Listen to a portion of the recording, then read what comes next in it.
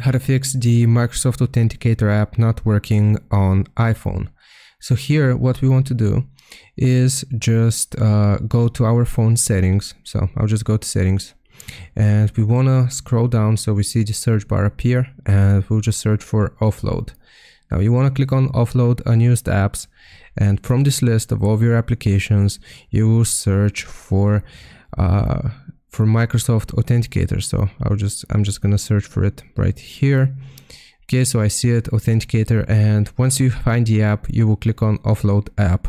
Now this is going to delete any unnecessary files, but it is going to keep all of your data, but keep its documents in data, so it's not gonna ask you to log in again. So you'll just click on Offload App, and after you have offloaded the app, here instead of offload, it's gonna say reinstall. You want to immediately click on reinstall, and that's going to verify the integrity of the files and essentially re-download the Authenticator app for you.